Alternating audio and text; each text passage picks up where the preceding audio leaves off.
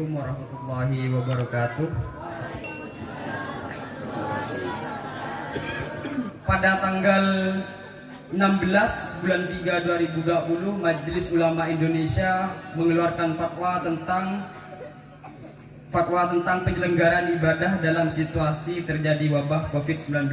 Dikutip dari CNN Indonesia, isinya Majelis Ulama Indonesia melarang umat Islam dalam mengadakan kegiatan ibadah seperti sholat Jumat di masjid maupun kegiatan Isra Mi'raj seperti ini yang sifatnya seremonial seperti malam ini dilarang. Ini dari pusat gitu. Dan pada malam hari ini kita ini melaksanakan ini, dan alhamdulillah pada kesempatan kali ini kiai yang memberikan ceramah pada malam hari ini salah satu ketua Majelis Ulama Indonesia Kabupaten Kuburaya. Pertanyaan saya, Pak, jadi begini, terkhusus kami yang di kampung ini, Pak, kemarin ada kejadian ngumpul pemuda dan sesepuh masyarakat berbicara tentang virus. Kami yang tinggal di pedalaman ini yang kurang akan informasi terkait COVID-19 yang sangat ganas dan berbahaya ini, orang-orang tua di sini itu malah menyalahkan MUI, Pak. Menyalahkan MUI karena mendengar di media-media mainstream seperti Facebook maupun media sosial lainnya ini mainkan oleh pemuda-pemuda ini, kebanyakan itu berita hoax, yang mana beritanya itu tidak sempurna disampaikan kepada pembacanya. Jadi hari ini kami khususnya ingin mendengarkan langsung klarifikasi dari Ketua MUI Kuburaya khususnya, supaya masyarakat yang awam yang kurang jelas mendengar informasi terkait bahayanya COVID-19 ini sehingga menyebabkan masjid harus ditutup, Isra Mi'raj seperti ini seharusnya tidak diadakan, biar orang-orang pedalaman yang awam-awam ini, terkhusus keluarga saya yang tinggal di pelosok, beliau-beliau ini menganggap MUI ini tanda kutip ujungnya negatif gitu. Ini mencegah gitu, mencegah orang mau beribadah. Jadi mohon klarifikasinya supaya kami yang di sini ini paham terkait mendetil dasar hukum apa yang menyebabkan masjid ini akan ditutup dan kegiatan-kegiatan yang mengakibatkan konsentrasi massal seperti ini tidak boleh diadakan. Mungkin cuma itu yang dapat saya tanyakan. Mohon klarifikasinya. Wallahul muwaffiq illa aqwamit thoriq. Wassalamualaikum warahmatullahi wabarakatuh. Oke, terima kasih kepada Bang Sipul. Langsung ditanggapi oleh beliau, Bapak Kiai Haji Zamroni Hasan. Dipersilakan. Baik, Bismillahirrahmanirrahim. Saya tidak mengulang kembali pertanyaan yang disampaikan karena sudah clear dan jelas. Hadirin sekalian, ini menjadi sangat penting untuk klarifikasi. Keputusan Majelis Ulama nomor 14 tahun 2020 tanggal 16 Maret ya 2020 itu lengkapnya para hadirin tidak seperti yang muncul di media, tiba-tiba muncul judul MUI melarang sholat Jumat, MUI melarang sholat jamaah, marah ya, karena tidak tidak sempurna membacanya. Hadirin sekalian, fatwa MUI itu saya tidak hafal kalimat per kalimat, tetapi substansinya begini. Mengingat penyebaran virus ini sudah sangat serius, penularannya sudah sangat mengkhawatirkan, sampai Mekah Madinah ditutup. Wah, mestinya kita berteriak itu ke Saudi. Itu bukan punya Saudi, itu Mekah itu. Madinah itu bukan punya Saudi, tapi punya umat Islam. Kok sampai ditutup? Kemudian dari 2 orang yang dinyatakan suspek positif, yang di Bekasi, yang di mana itu? Depok ya. Terus angkanya semakin bertambah. Tadi malam itu sudah 45 kira-kira begitu yang meninggal, dan 450 yang terkena dan seterusnya. Hadirin, Majelis Ulama Indonesia sebagai representasi perwakilan umat Islam di Indonesia wajib memberikan pernyataan.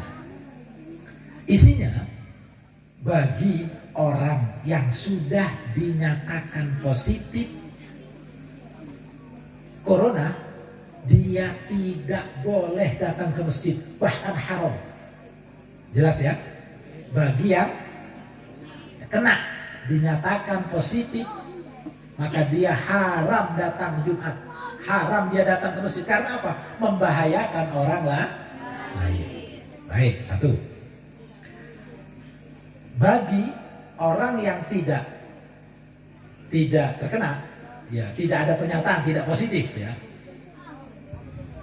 maka kita lihat kalau daerah kita dinyatakan aman dari penyebaran virus, maka Jumatan tetap wajib didirikan, sholat jamaah tetap kita laksanakan. Tetapi walaupun kita nggak kena, tidak dinyatakan terkena, tapi kalau di daerah kita wabah ini tidak terkendali penyebarannya, wabah ini tidak terkontrol, mengkhawatirkan, maka pada posisi seperti ini, pada situasi seperti ini, Jumat sudah tidak wajib kita kerjakan. Maka Jumat cukup kita ganti dengan sholat zuhur di rumah-rumah. Jamaah sudah tidak lagi di masjid, tetapi jamaahnya kita kerjakan di rumah. Seperti itu para hadirin. Tetapi ya, manakala wabah di satu kawasan, misalnya ini di Bakti Suci ya, oleh otoritas pemerintah Bakti Suci dinyatakan zona merah, dianggap wabah na'udzubillah, summa na'udzubillah, dinyatakan di sini wabahnya tidak terkendali dan masif, maka gugur sudah kewajiban Jumatnya, apalagi sholat jamaah. Tapi kalau tidak dinyatakan seperti itu, insya Allah masih aman-aman seperti ini, maka Jumatan tetap kita kerjakan, jamaah kita kerjakan dengan catatan. Ini yang penting para hadirin. Ya, catatannya apa? Catatannya kita mesti harus hati-hati, satu sama lain harus menjaga karena virus ini nggak ketahuan. Orang yang terkena, nggak terkena itu nggak nampak para hadirin. Dalam waktu tertentu nggak terdeteksi. Ini media penularannya itu kan melalui dahak, batuk, bersin, jarak 1 meter, ludah atau bagian yang ada di mulut itu terhirup oleh orang lain, maka ini menular. Atau orang yang terkena tadi itu kemudian dia bersentuhan, ada orang yang sudah terkena virus itu, kemudian dia bersentuhan atau dia megang apa benda yang itu dipegang oleh orang lain, maka dia akan pindah para hadirin. Nah, karena alasan ini, maka Jumat tetap dikerjakan, Jumat tetapi disarankan untuk benar-benar menjaga kebersihan. Satu, disarankan lagi oleh MUI pakai sejadah sendiri agar lebih aman. Kita tidak pakai karpetnya masjid, karena kalau karpet masjid semua orang sholat di sini, sujud di sini. Ayo kita masing-masing bawa sejadah agar yakin bahwa sejadah kita itu steril dari virus. Ke masjid bawa sejadah sendiri, bawa tempat alas sholat sendiri.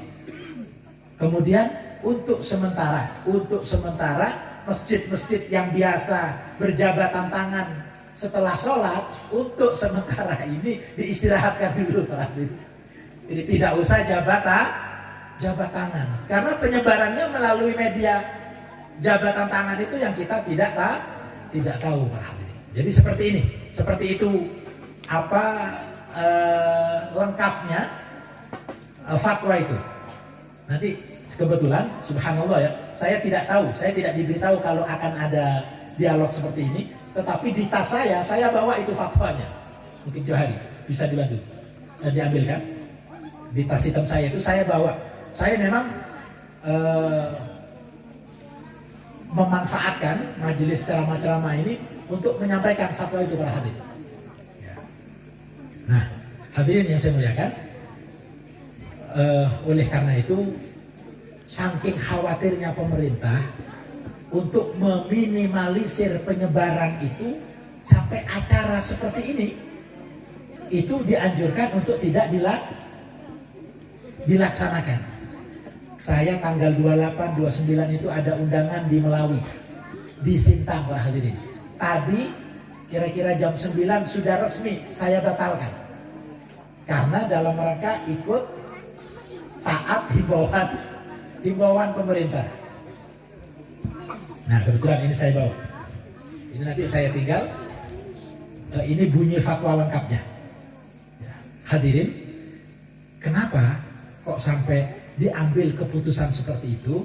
Ini yang mesti kita tahu. Hadirin, Allah Subhanahu wa Ta'ala menurunkan syariat agama ini untuk melindungi 5. Ini yang disebut dengan ad-daruriyatul khams. 5 ini yang menjadi pijakan ulama dalam mengambil hukum. Namanya maqasidus syariah. Apa namanya?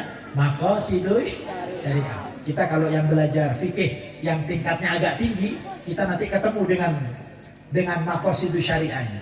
Apa maqasidus syariah itu? Allah menurunkan agama sebagai syariat umat manusia karena melindungi 5 kepentingan itu. Yang pertama, hifdzuddin. Ya. Bagaimana Allah menurunkan syariat ini agar agama bisa ditegakkan. Itu ya. Pertama hifdzuddin, yang kedua hifdzun nafas. Agama dihadirkan untuk melindungi jiwa. Ini dia para hadirin. Jumat itu wajib. Tetapi dalam situasi tertentu Jumat itu bisa gugur. Musafir saja gugur Jumat. Sakit saja gugur Jumat. Perempuan saja tidak wajib Jumat. Hamba sahaya tidak wajib Jumat. Anak belum mukallaf tidak wajib Jumat. Jadi Jumat itu kewajibannya tertentu dan bisa diganti dengan sholat zuhur, para hadirin. Artinya agama masih belum hilang. Walaupun kita tidak Jumatan, kita sholat zuhur, agama masih tetap tegak dengan dilaksanakannya sholat zuhur. Baik. Agama datang untuk melindungi jiwa. Nah, ketika di hadapan kita ada bahaya yang mengancam jiwa, maka kewajiban ini menjadi gugur. Makan babi itu haram, betul ya? Tetapi kalau terpaksa, kalau kita terancam, kalau nggak makan babi, kita bisa kelaparan, bisa terancam mati, maka babi menjadi boleh. Jelas ya? Dalam situasi normal babi itu haram, bangkai itu haram. Hurrimat alaikumul maitatu waddamu walahmul khinzir. Jelas, tapi dalam situasi darurat, famaniturro ghairu baghin wala adin fala isma alaihi. Ini dia dalilnya para hadirin. Al-Quran. Kalau jiwa kita terancam, maka Allah Maha Rahman Rahim. Yang haram jadi boleh, yang wajib jadi tidak wajib. Dan ini sudah situasinya serius, para hadirin. Makanya sebelum MUI mengeluarkan fatwa, Hayat Kibar Ulama. Hayat Kibar Ulama ini persatuan ulama internasional. Saudi Arabia, Bahrain, Kuwait, Qatar, dan Grand Mufti Al-Azhar di Mesir sudah mengeluarkan fatwa duluan. Jumatan sementara diganti dengan sholat zuhur. Baru MUI kemudian yang mengeluarkan fatwanya. Itu berarti ulama-ulama kita itu sangat faham tentang agama. Justru karena mereka faham agama itulah, ya, kemudian keluarlah keputusan seperti ini dalam rangka untuk melindungi jiwa. Memang hadirin, di Facebook, di medsos itu ada 2 kekuatan yang tarik menarik. Yang satunya ekstrim, nggak usah Jumatan, nggak usah sholat jamaah, nggak usah Isra Mi'raj, sudah kunci rumah. Yang satunya lagi, yang ini Mu'tazilah, para hadirin. Ini alirannya aliran Qadariyah atau Mu'tazilah. Semua mengukur dengan akalnya. Dia mengabaikan tentang takdir. Semua diukur dengan akal dia. Sebab ini menular ini, kalau enggak mati semua kita nanti. Seakan-akan tidak ada Allah gitu. Ya, ini aliran apa? Mu'tazilah atau Qadariyah. Di sebelah kanan ada aliran Jabariyah. Apa Jabariyah itu? Semuanya mengandalkan takdir. Udah, nggak usah khawatir, tetap saja yang ke pasar, yang ke masjid, nggak usah takut walaupun ada corona, ada SARS, ada MERS. Kalau sama Allah tidak ditakdir, pasti selamat. Ini aliran Jabariyah namanya. Ini juga salah. Yang di sana salah. Siapa yang benar? Ahlus Sunnah wal Jamaah yang menggunakan dua-duanya. Makanya ketika Sayyidina Umar Ibn Khattab dari Madinah mau berkunjung ke Damaskus, yang waktu itu gubernurnya adalah Abu Ubaidah bin Jarrah, hampir nyampe Damaskus ada utusan, ya Khalifah, Anda dijemput, Anda kami jemput untuk kami bawa ke Damaskus. Hanya sekarang Damaskus sedang dilanda wabah penyakit taun, para hadirin. Sama kira-kira dengan penyakit corona ini. Jadi kata Umar, oh kalau begitu sebentar, saya ingin musyawarah dulu. Saya kumpulkan sahabat-sahabat saya mau bicara. Bisa jadi nanti keputusannya saya nggak jadi masuk ke Damaskus, saya balik ke Madinah. Akhirnya gubernur datang langsung. Mendengar Umar nggak jadi ke Madinah, nggak jadi ke Damaskus, gubernurnya mengatakan, ya Amirul Mukminin, apakah Anda tidak percaya sama takdir? Anda kok takut datang ke Damaskus? Bukankah kalau Anda ditakdirkan selamat, Anda nggak akan kena? Ini kata gubernur. Berarti Anda mau lari dari takdir. Kata Umar, ya, saya lari dari takdir buruk menuju ke takdir yang baik. Tiba-tiba Abdurrahman bin Auf datang. Ya Amirul Mukminin, saya mendengar hadis Rasulullah. Saya bersumpah, Rasulullah bersabda, apabila di satu negeri diserang wabah, maka yang dari luar jangan masuk, yang dari dalam jangan keluar. Sayyidina Umar langsung memutuskan batal. Ayo kita balik ke Madinah. Jadi kalau Ahlus Sunnah wal Jamaah, dua-duanya kita pakai, para hadirin. Kita percaya dengan takdir, tetapi kita juga harus ikhtiar. Jelas ya? Oleh karena itu, kita sudah banyak mendapatkan ijazah dari guru-guru kita. Ada Ratibul Haddad, ada Ratibul Atos, ada Wardul Latif, para hadirin. Al-Habib Umar juga dari mimbar Jumat di Facebook, di grup-grup WhatsApp ya, menyampaikan ijazah, doa-doa agar diselamatkan. Di antaranya membaca Bismillahi la yadurru ma'asmihi syai'un fil ardi wala fis sama wa huwas. Dibaca berapa kali? 3 kali di waktu pagi dan 3 kali di waktu malam. A'udzu bikalimatillahi at-tammati min syarri ma khalaq. Sama, dibaca 3 kali pagi, dibaca 3 kali di waktu malam. Hasbiyallahu la ilaha illahu alaihi tawakkaltu wa huwa rabbul arsyil azim. 7 kali di waktu pagi, 7 kali di waktu malam. Itu yang akan menjadi benteng